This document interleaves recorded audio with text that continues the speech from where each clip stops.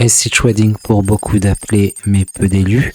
Nous allons faire une analyse crypto au travers du BTC et on va faire la différence entre la prévision et le trading. Je vous rappelle qu'il n'y a aucun conseil pro en investissement et on passe sur un graphique du Bitcoin. Donc, la prévision, comme son nom l'indique, c'est de prévoir, c'est-à-dire de voir où ira le marché, quand seront les rebonds, etc. C'est un petit peu comme faire la météo. Et c'est comme ça qu'on avait pu dire que ici, sur cette pointe-là, juste à la pointe de cette bougie, graphique weekly, il y avait une baisse, c'est ce que je vous avais dit publiquement. Il y a une fin d'ATH et ensuite la chute. Comment est-ce qu'on a pu faire cette prévision? C'était très simple quand on a l'habitude, mais vraiment très simple, je n'exagère même pas. Divergence, on se retourne en monthly, divergence, méga divergence, 3 points hauts qui sont en surachat. Pendant ce temps-là, le graphe, lui, il ne fait que monter, c'est une divergence. C'était parfait pour baisser, étant donné qu'on avait atteint une euphorie. Certains ont pensé, en tout cas, il y en avait un commentaire qui disait qu'il n'y a pas eu d'euphorie. Je sais vraiment pas comment on a pu voir qu'il n'y avait pas d'euphorie, mais c'était une grave euphorie. Et à 125, c'est tombé, ça a piqué, comme on l'avait prévu, parce que dans cette méga divergence monthly, on avait aussi une divergence weekly, 1, 2, 3, qui formait la dernière pointe du monthly.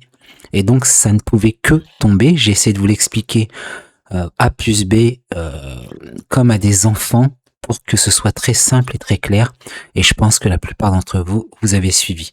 C'est bien sûr pas un conseil en investissement, mais c'est une idée de lecture par rapport à l'expérience et même l'expertise, si j'ai le droit de le dire, que j'ai développée depuis maintenant plus de 10 ans, 10, 13, un peu moins de 15 ans, à manger des milliers de graphes. Donc, maintenant, on veut savoir, est-ce qu'on va descendre ou pas? C'est toujours le travail de la prévision. Il se trouve ici, là. C'était un scénario que j'avais dessiné, je ne sais même plus à quelle date, ça devait en début d'année 2026 apparemment. J'avais dessiné ce trait, cette courbe, pour un scénario baissier, en parlant bien à l'avance d'expérience. Donc on voit que c'est les deux à la fois. En même temps, pour l'instant, ça se tient. En même temps, ça dessine pas exactement ce que le marché a dessiné. Vous voyez un petit sorte de double top là, et puis que ça chute. Et en fait, il a plutôt fait un pic et il chute pour l'instant. Et je pense bien qu'il va continuer. Pourquoi? Parce que toujours dans le travail de prévisionniste, quand on fait l'analyse dans le passé, on dit souvent, on entend que le passé ne reflète pas ce que va faire le futur. Je suis pas d'accord. C'est pas mon expérience en fait. Si on arrive à avoir une belle cyclicité, alors elle est là et les probas vont dans le sens de cette cyclicité. On voit qu'à chaque fois on a descendu de 80%, on a fait moins 80% à chaque ATH majeur, à chaque fois qu'on rentrait dans ces zones bleues qui sont en fait des zones rouges, et cette zone rouge, elle se termine ici. Elle se termine le 5 octobre, disons 1er octobre 2026. Ce qui ne veut pas dire qu'il faut acheter directement, mais ce qui veut dire qu'on a le droit de commencer à respirer. En attendant, on est en rouge, on n'a pas atteint les moins 85, les moins 80, et le prix de moins 80, ça sera environ 30 000. Je dirais 35, entre 35 et 25, donc une bonne moyenne de 30 000. Ceci étant, nous, avec les membres premium, on vise plutôt 40 pour assurer. Et là, on va passer en mode trading maintenant. Nous réinitialisons ce graphique en weekly, et pour savoir où est-ce que on va rentrer. Pourquoi est-ce que c'est en mode trading? Parce qu'en mode prévision, j'avais dit aux abonnés, aux membres premium, que on voudrait, je vous l'avais même dit à vous d'ailleurs sur la dernière vidéo, vous verrez, je vous ai dit qu'il y avait une zone d'intervention de vente entre 68, je pense, du genre, et 70. Ce serait à peu près ça. En fait, 67 500 et 72 500. Voilà, pour faire assez large. Là, quand on repénètre ici, ce serait bien de travailler en plus basse time frame l'entrée. Ça, c'est la prévision. Mais on voit que le marché, il est en train de baisser. Nous ne sommes toujours pas baissiers de suite pour autant, mais on surveille à sniper. Et c'est là où intervient le trading. C'est-à-dire que si le marché ne monte pas ici, pourquoi ici? Parce qu'on a ici un creux, on appelle ça un FVG dans le langage moderne. Il n'y a pas de liquidité là, le marché l'a décalé d'un coup, il y a un creux. On voit ce même creux qui se trouve en weekly, là. On constate les deux mèches ici, une mèche, ce sera plus visible en daily, on voit bien les deux pics qu'il y a, les deux hauts. Donc l'idéal, ce serait que le marché, il vienne casser, et donc faussement casser ces deux plus hauts, ensuite pour travailler un retour à la baisse ici, puisqu'on est toujours, comme je vous l'avais dit, en zone rouge, autant pour moi, puisqu'on est en zone rouge. Donc c'est ce qu'on veut travailler. En prévision, on avait ça, qui ne se passe pas à la lettre, mais c'est le principe. Et nous, donc, pour le refaire, on voudrait venir là. Donc on se dit que ça va monter. Mais peut-être qu'il ne va pas monter.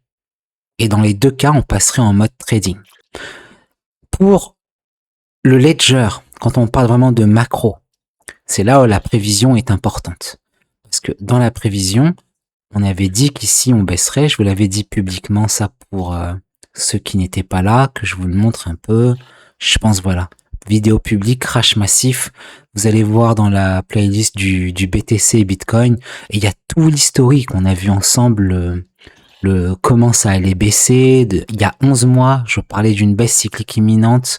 Un BTC crash annoncé, je vous l'annonçais, j'ai vraiment insisté. Et bien on a pris à ceux qui étaient déjà là, les absents ont toujours tort. Donc si vous venez d'arriver, abonnez-vous. Vous savez pas ce que vous manquez si vous le faites pas. Une respiration et on termine ensemble. En macro, je disais, l'idéal c'était de sortir ici. Comme je vous l'avais dit, je voulais pas cacher. Là, c'est pas une question de premium ou pas. Si vous voulez venir, venez. Mais c'est pas une question de premium. Je vous l'avais dit publiquement. Ici, ça baisse. J'ai insisté. Et c'est là qu'il fallait sortir. C'est dans cette zone-là que moi j'ai tout sorti. J'ai gardé un reliquat. J'ai pas 0 dans les ledgers, mais j'ai sorti tout ce que je pouvais sortir, tout ce qu'il fallait. Je l'ai fait au mieux. Et j'ai gardé un reliquat. Et là, j'attends, bien sûr, comme nous tous, le prochain bull run qui n'est pas encore là. Souvenons-nous, et j'insiste encore une fois, vous le verrez, que nous sommes en zone rouge. Donc, il fallait sortir là. La deuxième sortie, c'était là qu'il fallait faire, si je vous le dis publiquement, parce que ici, je vous avais dit publiquement quand même si c'était pas un signal précis en daily, je vous avais dit que c'était une zone de déchargement, il faut décharger. Et bien sûr, avec les premiums, je l'avais dit là aussi. Maintenant, décharger ici, ça commence à être chaud. Parce qu'imaginons que, humblement, ça ne veuille plus descendre, ce que nous ne croyons pas. En tout cas, pas nous avec les premiums. On a analysé la chose, mais imaginons, restons humbles, si ça ne descend plus, c'est se décharger au pire moment. Par contre, en termes de trading futur et effet de levier et tout ça, c'est idéal de chercher des entrées là en daily. Si je vous montre en daily ce qu'on a fait, et elle est là toute la différence, c'est que, en fait, en termes de taux de succès, on a très peu de succès. On a 1, 2, 3 trades gagnants. Le troisième très petit, parce que le marché, il a avorté. Et on a 1, 2, 3, 4, 5 trades perdants, si j'ai bien compté. 5 trades perdants et 2, 3 break-even. Mais vous voyez, la jauge de gain, elle est largement supérieure aux mini-pertes qu'il y a. Et c'est le principe de pouvoir faire du trading en futur avec effet de levier. Et bien sûr, le mieux, c'est de mixer les deux. Parce que moi, personnellement, les gains qu'on fait ici, après, j'attends le bull run pour tout remettre. C'est clair, je vais tout remettre. Mais c'est pas le moment. Et c'est important de timer la situation. Et je vous l'avais vraiment dit, ça me fait penser, c'est pour ça que si vous regardez en bas là, j'ai mis volontairement un verset biblique qui me fait penser au comportement sur les marchés financiers. En fait, le contexte c'était, il y en a qui n'aiment pas la vérité, et pour ceux qui n'aiment pas la vérité, eh bien Dieu leur envoie une puissance d'égarement. Sur les marchés, c'est pareil. Moi, je vous avais expliqué, on pouvait pas, si on suivait normalement, on pouvait pas ne pas comprendre pourquoi ça crachait. C'était obligatoire de comprendre. La seule manière de ne pas comprendre, comme ça a été le cas avec certains qui ont quitté la chaîne, je suppose, hein, il me semble qu'ils ont quitté la chaîne, parce qu'ils ont voulu argumenter que non, ça peut quand même monter, tu peux te tromper et tout ça. Pourquoi? C'est évident. Je ne suis pas dans leurs finances, mais il est évident qu'ils ont investi là ou là, sur les plus hauts. C'est évident. Après, on passe en mode espoir et on refuse la vérité. Et donc, tout ce qui nous reste, c'est une puissance d'égarement pour perdre encore tout ça et acheter tous les buy the dip, espérer tout ce temps-là et avoir le moral brisé. C'est bien sûr pas ce qu'on fait. Venez quand même me suivre sur Telegram et Discord dans un premier temps, même si c'est du premium, parce que je laisse une vidéo gratuite dans le premium, mais accessible à tous. Et puis ensuite, si ça vous plaît, passez le pas. Je vous remercie de votre présence et on se dit dans une quinzaine de jours. Tu pensais que j'allais parler de drogue, que j'allais dénigrer les femmes. Tu pensais que j'allais faire comme les autres, hein. Tu pensais que j'allais faire comme les autres, hein. T'as kiffé le son et après t'as compris que ça parlait de Jésus. Waouh, viens là, t'es tapant.